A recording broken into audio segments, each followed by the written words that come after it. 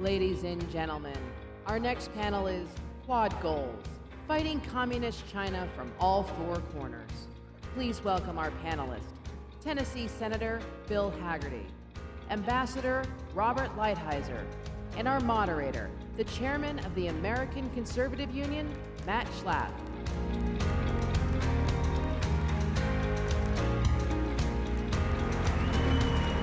Look at that. That was like a dance routine. I think every one of us did it exactly the wrong way, including me. So anyway, thank you all for being here. Let's take seats.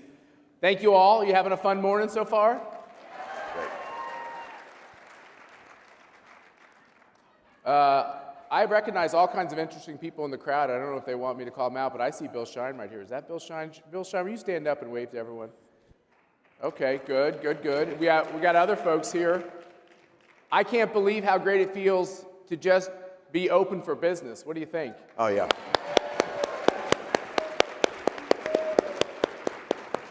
Senator, do people in your state think it's a good idea to keep churches and schools open? Absolutely. Absolutely, they do. America is tired of being locked down, Matt, and states like Tennessee that have been on the cutting edge of reopening are seeing their economies come back, but it's even more. We need our kids back in school. We need to have our nation open again. It has a psychological impact that runs so deep. And I applaud states like Tennessee, like Florida, where we are today, that are really making strides to get our economy back open. It's important. It's very important. So let's jump right into our topic. You all know that one of the things we spent a lot of time talking about here at CPAC is the menace of China from an economic perspective and from a national security perspective. We have this concept called the Quad, which some of you, like me, might not be that familiar with. Give us kind of a 1-minute overview of how we handle a very tough neighborhood, knowing that you just returned, before you ran from the Senate, from being Donald Trump's ambassador, the country's ambassador to Japan. You know that neighborhood well. Give us the 1-minute overview of what that is. Before I do, Matt, I just want to take a moment to compliment you and CPAC for your leadership and your vision, because you've taken CPAC to that region. You're taking conservative leadership to that region, and there is a real need, a real desire. Your colleagues from Japan are here today. CPAC Japan is going to be a great success. You've taken it to Australia, another part of the Quad. India is an opportunity. If we bring our message of conservative freedom, the same ideas that have made America great, to that area, we're going to see more conservatism, more strength. They realize what a threat China is. China stands for something authoritarian, something that's so counter to our view of freedom. They realize it and appreciate it more than anybody, and we need to work as closely as we possibly can with our allies in that region. That is, again, Japan, America, Australia, and India, to push back on China from all corners.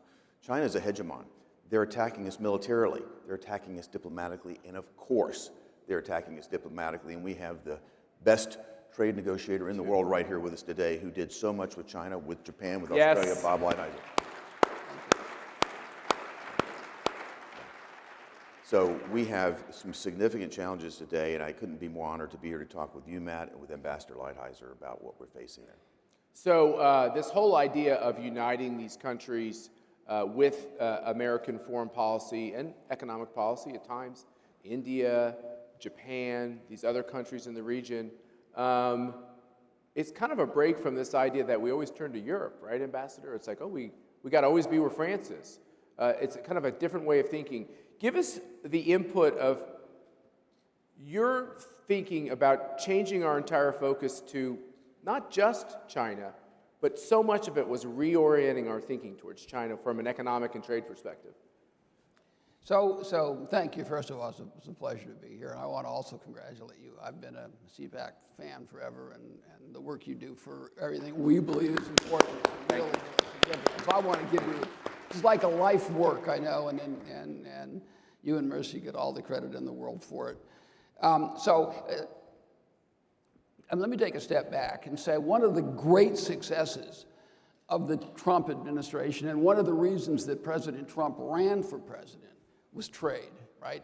He thought we had a bad trade policy. We were being taken advantage of by the Japanese for years and years and years, and then over the last decades by the Chinese.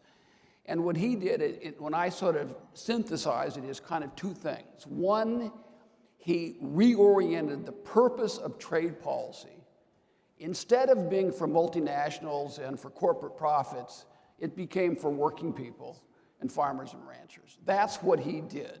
He fundamentally believes that. The notion, it's hard for us even to remember what it was like 4 years ago when people thought about trade. They thought the Chamber of Commerce, they thought multinational corporations, they thought outsourcing was good. They thought getting cheap t-shirts was the objective of our economic policy. President Trump changed all that. Nobody believes that anymore. President Biden, when he was a candidate, didn't even run against it. He didn't believe in our policy, but he didn't run against it because it was we had so persuaded people. And the second thing he did, which is really the topic here, is he alerted people to the problem of China. 4 years ago, people thought China was a force for good. It was nonsense. President Trump never believed that. Many people here never believed it. I certainly never believed it. I wrote and talked about it going back into the 90s. But he has convinced everyone that this is a very serious threat to the United States being #1 in the world and to all of the basic values that we care about. Yeah, so we've won. You've been involved in this conversation about trade, but politics generally for a long time. Have we won this argument? I think we've won it, but it's like every other really crucial argument. You got to keep winning it and winning it and winning it. So everybody out here has got to stay on top of it. There's nothing conservative about free trade. What conservatives believe is maintaining our values, the things that we think are important. If you go all the way back to Burke, that's what the essence of what we believe is. Small government for sure, but also maintaining basic values. And this fight, what trade policy should be about in every case is, does it help working people live a better life, better communities, families that stay together, less opioids? I mean, this is what trade policy is about. It's not about the corporate bottom line. It's not about cheap t-shirts. It's not about Christmas lights that cost a nickel more. That's not what it's about. But that's what it was about before Trump. And I think we've turned the corner. I think we've won that argument. But the people on the other side are not going to stop fighting. You can see it right now in Washington every day. I call them the sort of corporatist, globalist approach is pushing back. But I do think it's one of the great accomplishments, those two things, the orientation and China. China is a genuine threat. I wrote this in 1996. I said, if China gets into the WTO, there won't be a working man's job in America that's not at risk, and I still fundamentally believe it. You're right, and if you think about the accomplishments that President Trump and Ambassador Lighthizer brought forward, it's the greatest blue-collar movement in America. We saw blue-collar jobs accelerate at a pace that we've never seen in our lifetimes before. They certainly outdid white-collar jobs. This has been great for Hispanics, it's been great for Black Americans, it's been great for all of America, but blue-collar comeback was the theme of our administration, and you did a great job leading us forward. If you think about our allies in the Quad, they suffer from the same problems with China too. They get their intellectual property ripped off. They suffer from unfair competition. They subsidize these industries deeply. They've got 5G and Huawei to worry about as well. We're facing the same problems, but it's American leadership. It was President Trump's leadership that it took to stand up and do something about it. And I can say this, Ambassador Lighthizer, thank you. Our farmers in West Tennessee thank me every day because they know that I worked my heart out alongside you for 2 years to get that U.S.-Japan trade deal done, and that's one of the best trade deals that's ever been done to open agricultural markets in Japan for our farmers and for our ranchers. Thank you for what you did.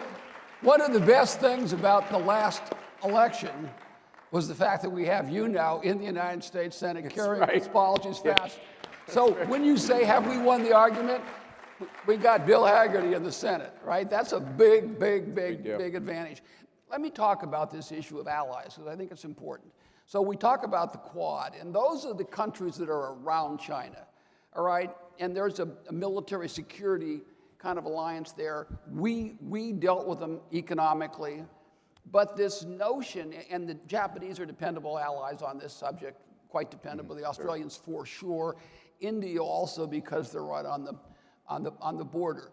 But you'll see a lot of people say we have to take our cues from Europe. Let me just caution everyone. Europe doesn't necessarily see it the way we see it. They don't want to follow the United States. They view this, at least a lot of people in Europe. One of the great comments was Henry Kissinger's comment when you say, have you talked to Europe? And he said, how do I call Europe, right? So Europe's a lot of different things, and we have to acknowledge that. But a very large majority, I think, of European elites and people see a tripartite world. They see the United States, China, and them. They don't see us with them against China. They just don't see it that way. And it's a fundamental flaw. So I suggest to people, as you watch what happens with this administration, look for what I call kind of the red flags. Getting rid of the tariffs on China, giving exclusions, taking care of corporations, making concessions to the WTO. These are things that we have to keep our eye on. We'll see where all this goes. But it is important to work with our allies. We tried to do it. I would say there are certain allies you can work with and certain you probably can't. Along the lines that Bob mentioned, though, watch this administration. Look what they've done. They've re-entered the WHO. They're going back into the Paris Climate Treaty. They've canceled the Keystone XL pipeline. China is laughing all the way to the bank, my friends, as this happens. What happens when the Keystone XL pipeline gets canceled, when we stop leasing lands here? We become less energy independent. We become dependent on nations, again, that don't have our best interests at heart. And those great paying jobs, they go away. You can't just turn around and get a job at a solar manufacturing facility or a company that makes wind turbines. Why? Because those are all made in China. Well, that's okay. I think you fail to understand, Senator. John Kerry's going to fly all those Americans to China on his private jet and find them jobs in China. Isn't that part of the plan? But as this happens, as we allowed Nord Stream 2 to come back online, Europe wants all of this, as Bob said. This is certainly putting us at a strategic disadvantage. And look who's trying to run the reentry into the flawed Iran nuclear deal. It's the Europeans that are trying to broker this. Why? They want to do business with Iran. And if we lift the sanctions, that allows them another economic bonanza. This is bad for America, even though it might be good for Europe. I think the divisions are becoming clearer and clearer, Bob. We need to listen to what Let me ask you both this quick question on the, I kind of feel like get rid of the jargon. So we have this free trade, fair trade. We have all these words, and it's kind of like, what do they mean? What are we trying to get to? You're not saying you don't want trade. You're saying what I think, put it in some of my language, flyover country language, is, hey, we're not going to get to where we want to get with economic partners overseas through weakness, through saying we'll shed our jobs to try to encourage you to try to deal with us better. Isn't it kind of going back to this Reagan idea of it's peace through strength? You get foreign countries where you want them to be by showing them you are going to aggressively stand up for your own people. Is there anything to that that's right? No, I think that's right. Look, the best thing we can do for our allies is have the strongest, best military and economy in the world, right? So everything we do should be directed at that. That helps everybody. If we do that, I mean, the one thing we have to remember, we are the ultimate force for good in the world. I mean, I fundamentally believe that, right? The United States is the fundamental force. So, but to go to your point, so there's this question. Let's look at NAFTA versus the USMCA. In the case of NAFTA, the objective was basically a corporate objective. And what you saw after a period, what you saw was the movement of our auto industry down to Mexico. And President Trump says, this has got to stop, right? We got to get those jobs back. There's no reason why those jobs should go down there other than the corporate bottom line. And we had basically set up a system where in order to make money, that's what you did. Then you fast forward to USMCA, it was exactly the opposite. The objective there was clearly, if you want to get the benefit of this agreement, you've got to bring the jobs back. So we put in place regional content requirements that were much higher in the opposite of the direction everyone went to. Requirements that a certain amount of everything had to be made in the United States. We just flat required it. And that's just a great example. I can give hundreds of them. I don't want to get overly technical, but if you start with the proposition that how do working people make more money and get better jobs, as opposed to how does a corporation do better? If you start with that, now, do we want trade? Of course we want trade, but we want trade on terms that help American working people and that help our farmers. So, Senator, it sounds like, okay, so ACU gets accused of being Republican. I think most of you are Republicans, but lots of you aren't. This is not a Republican outfit. This is a conservative, free market, low taxes, low regulation, constitution, pro-America organization. It's what I just heard from Bob Lighthizer is it's almost like Republicans are saying it's not about the CEO telling me what he needs in a trade contract. It's about us saying back to that CEO, how does this affect your thousands of workers who are here in America? That's who we are talking about, right? Exactly. That's the blue-collar revolution. That's exactly right. That's the message that President Trump brought forward to America back in 2015 and 2016.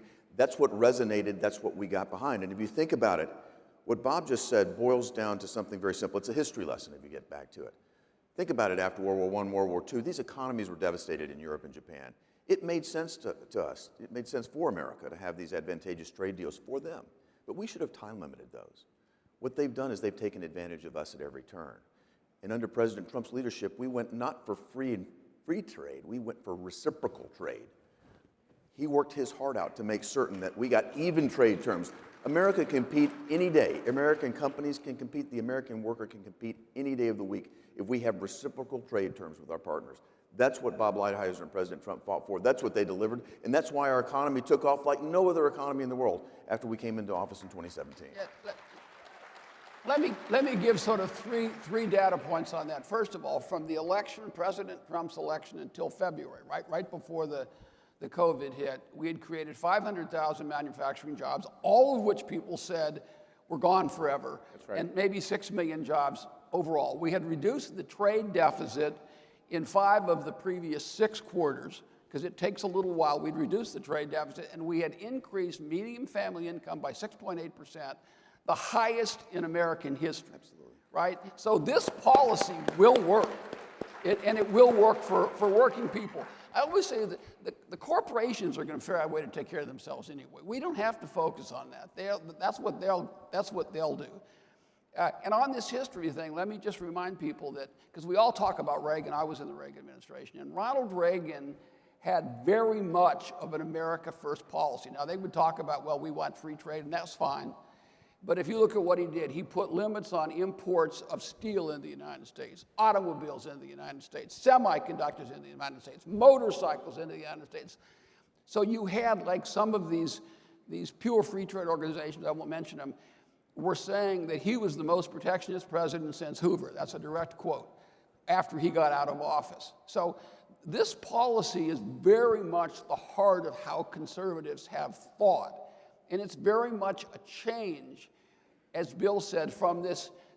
It made sense to give away our prosperity to help the rest of the world right after the Second World War. That made sense. It does not make sense in the 80s, 90s, 2010, and now. It just makes no sense at all. We have to be taking care of our own people. And the point you make, exactly. And the point you make about those jobs, that was the whole discourse. These jobs aren't coming back. It was a theme of hopelessness. And back in the 2016 election, I can remember Barack Obama saying, what magic wand does he have to bring these jobs back? They're not going back. Well, I can tell you this, abracadabra, you brought those jobs back to America. Thank you. Wait a minute. Thank you, President Trump. Thank you, Bob Lighthizer. I have read Bob Lighthizer been called so many things. I have never heard him be called a warlock, but if he's a warlock for good, that's awesome, whatever spell that takes. Take us back to the region, okay? We started off talking about these countries that are in a tough neighborhood around China. We've had CPACs at Japan. We've had CPACs at Australia. We're talking about India. What is their response to the Bob Lighthizer, Donald Trump approach to trade? Do they fear it? Did they embrace it? Did they realize it was a whole new reality? Give us a 1 minute on how they feel. I think that they recognize while it may be tough, they may lose some of the advantageous terms that they had that date back to World War II. They realize that a strong America and a strong alliance with America is going to be absolutely critical to stand up to China. And let me remind you, China is our adversary at every level. They built their military now to a point that I don't think anybody could have imagined 20 years ago. Their military budget has increased 8-fold. You know, we have more military stationed in Japan than any place else in the world. It's because of that tough neighborhood that we're in. We have got to be there standing up to China every day from a military standpoint because they're encroaching the South China Sea, the East China Sea. They're threatening freedom. They're threatening the busiest sea lanes in the world. Australia gets this. Their economic predatory practices are awful. They've used subsidies to cheat against us. You can't go to China and open to access their market the same way they can ours. They've got their people in Confucius Institutes here in America. They're doing everything they can to take our intellectual property, and they have. We've got to stand up to this. And I think that bringing our allies in, like India, like Australia, like Japan, is the best possible way to contain China and push back in a way that they understand. And China only understands strength, and that's why, as Bob Lighthizer said, we've got to retain our strength as America, both militarily and economically. So Donald Trump, I'm stepping on his applause lines. They're very good. It's great stuff. Seriously, this is a great conversation. Donald Trump has decided to come to CPAC. I don't know if that's popular in this room or not, but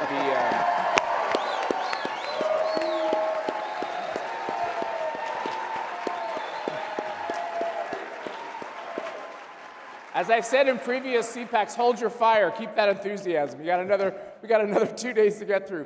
But Senator Hagerty, you think he needs to keep a voice in politics, no matter what he decides to do in the future. If he stays involved, talking about the things that Bob Lighthizer has been talking about, that'll help us win on these issues, right? That absolutely will. President Trump is the one that will bring unity to our party. He is the one that's going to bring us together because his policies worked. And thank you.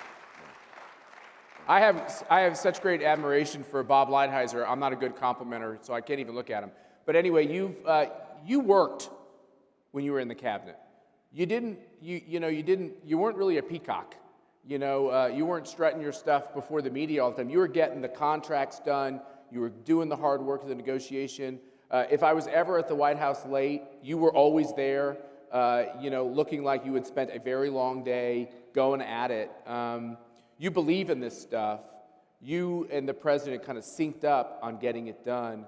How important is it from your perspective, somebody who worked alongside the president for 4 years, that his voice not be canceled or silenced on this question of being strong in defending the working man and woman in this country and taking on China? Look, he had a 4-year, extremely successful presidency. I have enormous amount of respect, not only respect, but personal affection for the president. I worked very hard with him. I've never seen a person work harder. The notion that you can cancel Donald Trump is absurd, right? I mean, that's literally, look at, if they could have canceled Donald Trump, they would have done it in 2016, right? I mean, they tried to cancel him for 4 years. No, let me ask you this question. Do you think China likes the fact that he gets canceled? No one took on China, which I would say to the president, and I said publicly before, that in the final analysis, you're going to be judged by how you change the relationship with China.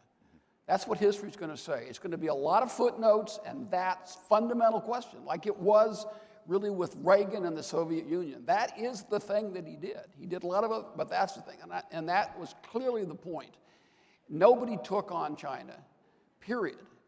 The situation got worse and worse and worse and worse and worse. The trade deficit with them went up. We lost jobs, millions and millions of jobs. So there's no question that they view him as a very negative force. And I'll just add this, Bob, that his first term, the 4 years, I think are going to come down in history as the most consequential presidency that we've ever seen in our lifetimes. And he may have more. He may have more. He may have more. He may have more. Well, what I consider it, I know a lot of us feel like we got gypped out of another 4 years, but it was 8 years of accomplishments in 4 years, absolutely. Yeah. Can you all please give your appreciation to Senator Bill Hagerty and Ambassador Bob Lighthizer. Thanks for being here, guys.